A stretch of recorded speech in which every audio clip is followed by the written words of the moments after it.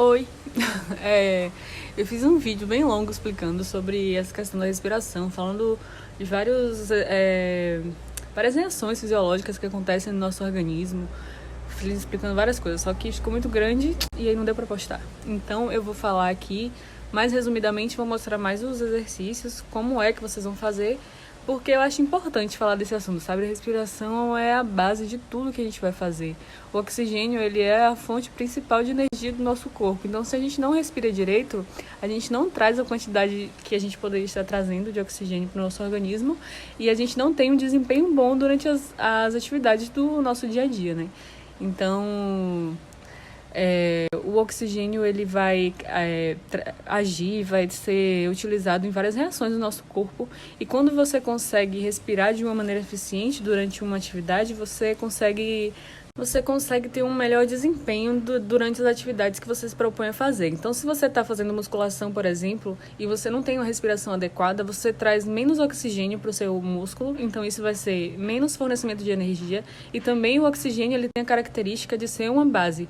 Então, ele vai dar uma basicidade ao sangue. Isso vai fazer com que você tenha uma fadiga muscular mais tardia, porque ele vai um pouco meio que neutralizar o ácido lático que é liberado durante a atividade. Então, assim, você consegue praticar a atividade por mais tempo e com um desempenho melhor. Sem falar que a respiração também é importante nessa questão da ativação do sistema nervoso, porque quando você respira, que você traz o ar muito levantando essa parte aqui de cima do tórax, você ativa o sistema nervoso parasimpático, o simpático.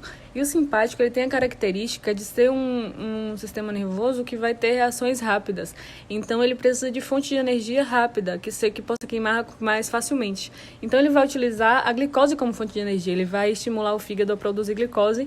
Então durante o exercício, você vai estar queimando mais glicose. E normalmente o que a gente quer é queimar gordura. Então, em contrapartida, o sistema parasimpático, que é o que você ativa quando você tem uma respiração adequada, ele queima gordura, ele é o contrário do sistema simpático, o parasimpático. Então, isso também é uma questão importante de você estar observando na hora que está fazendo uma atividade.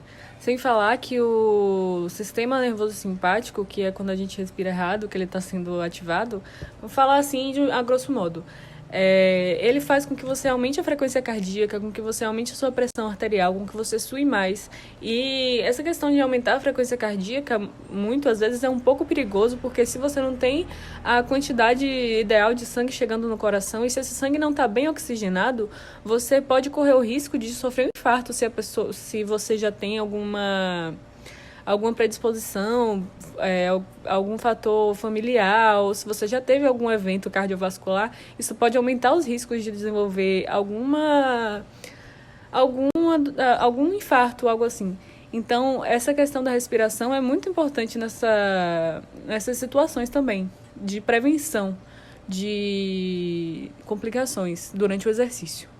E com relação à questão da ansiedade, os exercícios respiratórios eles também vão ser importantes justamente por essa questão da regulação da ação do sistema nervoso simpático e parasimpático.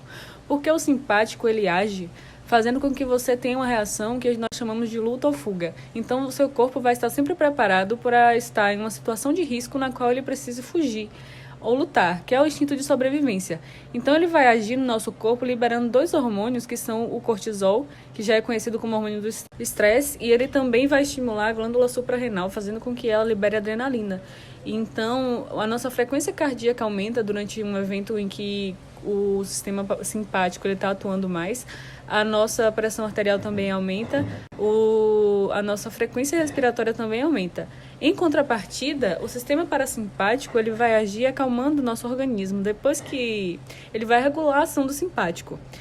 Deveria acontecer em conjunto, porque é muito importante que nós tenhamos essa reação do sistema simpático para o nosso instinto de sobrevivência mesmo. Em algumas situações é muito importante que nós estejamos alertas para poder resolver a situação.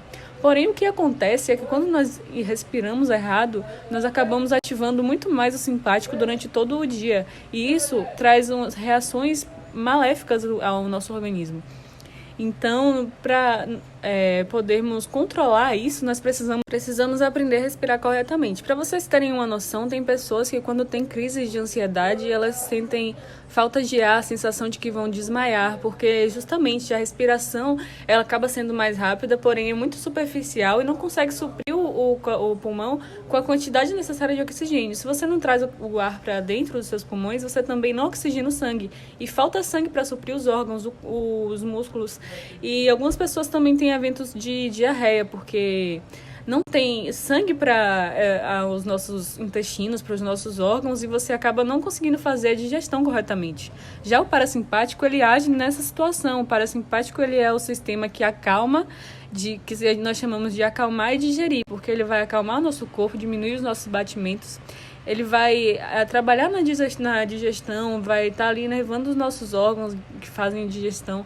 Então, ele vai acalmar mesmo o nosso organismo, sem falar que ele inibe essa produção de cortisol e de adrenalina pelo nosso organismo, que são estimulados pelo sistema simpático. Então, agora eu vou falar para vocês um pouco sobre os exercícios respiratórios. Antes da gente fazer um exercício, a gente precisa identificar qual é o nosso padrão respiratório. Porque quando a gente fala que as pessoas respiram errado, na verdade é porque elas não respiram da melhor forma. Porque assim, o músculo que foi feito para a respiração é o diafragma, que ele está localizado aqui abaixo das nossas costelas. Só que devido ao estresse do dia a dia, às vezes não saber mesmo como utilizar, às vezes as pessoas nem sabem que existe esse músculo, a gente usa muito os paravertebrais e o peitoral, que faz a gente puxar o ar aqui para cima. Só que essa não é uma respiração muito eficiente, porque ela é uma respiração superficial que traz pouco ar para dentro do pulmão e você gasta muito mais energia para fazer uma respiração do que quando respira pelo diafragma. Então, para começar, eu vou pedir para vocês se puderem deitar ou então se sentar em uma cadeira confortável. E aí vocês vão colocar a mão na barriga, ou então pode colocar uma na barriga e uma aqui no tórax. E quando vocês respirarem, vocês vão trazer o ar pelo nariz e vão tentar encher a barriga na hora que puxarem o ar. Vamos trazer.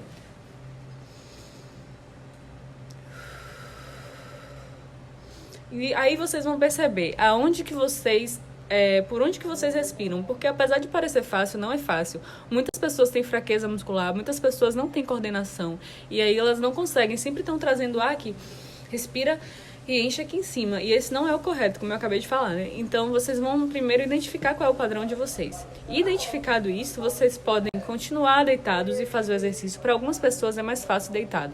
Para algumas pessoas é mais fácil fazer na frente de um espelho, porque você tem esse feedback visual. Então, para vocês podem testar qual é mais fácil e aí vocês fazem da forma que for melhor para vocês. Então, quando vocês identificarem isso, qual é a forma mais fácil de fazer, vocês vão continuar fazendo essa respiração. Pode colocar as duas mãos na barriga, uma aqui e outra aqui. E aí vai puxar o ar sempre pelo nariz. Se você tiver rinite, que nem eu, e tiver atacada, aí pode ser pela boca. Mas é importante que seja pelo nariz.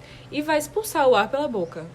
Aí, na verdade, na hora de expulsar, tanto faz. O importante é que a expiração seja mais demorada do que a inspiração. Porque na expiração, a gente ativa mais o parasimpático e é a hora que os nossos músculos, eles relaxam. Então, você vai puxar o ar, trazer para a barriga.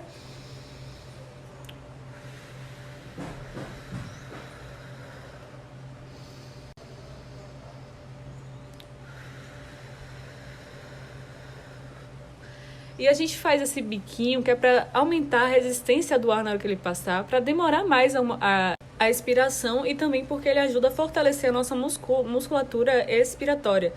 Então, ele dá essa resistência e aí a gente consegue esses dois efeitos. E vocês podem fazer essas respirações por 10, 12 vezes, 3, 4 séries, né? Mas o importante é que vocês estejam sempre atentos aos seus sinais. Se vocês estão sentindo tontura, porque apesar de ser um exercício respiratório, de você não ter tanto desgaste físico, você está trabalhando com a respiração. Então, ele pode estimular o seu sistema neurológico, nervo vago, você pode acabar sentindo náusea, acabar sentindo tontura, você também pode ter um episódio de pressão baixa.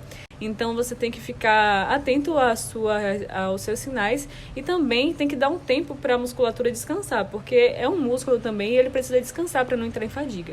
Então, sempre fazer Feito isso, vocês vão agora fazer um outro tipo de respiração que nós chamamos de respiração em 3 tempos. Então a gente vai puxar o ar, não puxa de uma vez só. Você puxa um pouquinho, segura, puxa mais um pouquinho e depois puxa tudo até o limite da sua inspiração e aí depois solta. Isso vai ajudar muito a fortalecer e a gente ter mais controle do nosso diafragma. Então você vai puxar.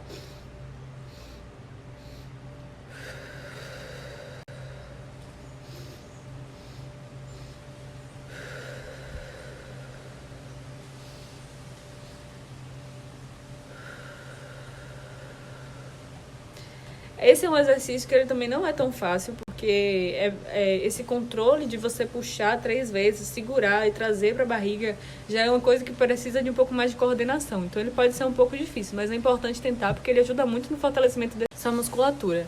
Então, um outro exercício que eu vou falar para vocês é da inspiração máxima sustentada, que você vai fazer basicamente como o primeiro, só que você vai segurar um pouco o ar quando você inspirar o máximo. Então você vai puxar para sua barriga, segura uns 4 a 6 segundos e depois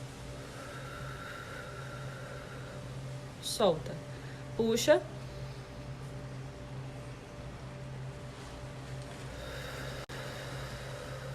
Solta. Para quem tem ansiedade, eu indico de fazer esses exercícios de olho fechado em um ambiente bem calmo, de preferência com a luz apagada, porque a luz acesa ela também estimula o nosso cérebro a produzir mais cortisol. E esse hormônio que faz a gente ficar alerta, esse hormônio que está relacionado com todos os episódios de estresse que nós temos, né? Então, um conselho meu seria esse.